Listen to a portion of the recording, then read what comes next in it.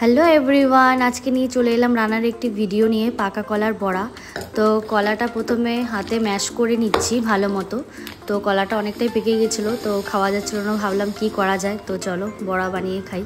তো তারপর কলার মধ্যে নিয়ে নিচ্ছি সুজি, চালের গুঁড়ো, স্বাদ মতো নুন, স্বাদ মতো চিনি এবং বেকিং পাউডার দিয়ে ভালো মতো মেখে নিচ্ছি।